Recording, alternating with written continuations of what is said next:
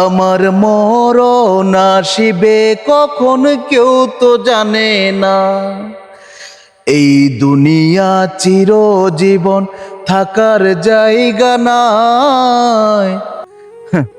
সেই প্রবাসী বাহারউদ্দিন বিদেশ থেকে আসার আগে ফেসবুকে স্ট্যাটাস দিছিল, স্বপ্ন যাবে বাড়ি আমার। কিন্তু সে বাড়িতে আসছে ঠিক, তার স্বপ্ন না, সেই স্বপ্ন দুঃস্বপ্ন হয়ে বাড়িতে ফিরছে।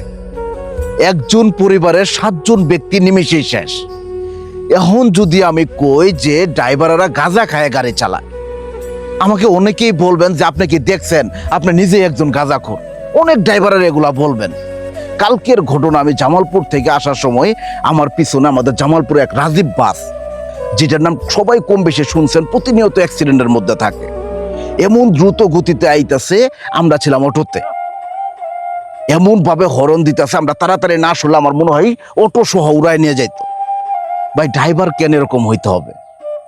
প্রতিনিয়ত ড্রাইভাররা এরকম অন্যায় অপরাধ করতেছেন, আসলে এর বিচার কোথায়? আজকে আপনাদের সামান্যতম ভুল, সামান্যতম অপরাধের কারণে একটা পরিবারে সারা জীবন কান্না হয়ে থাকতেছে।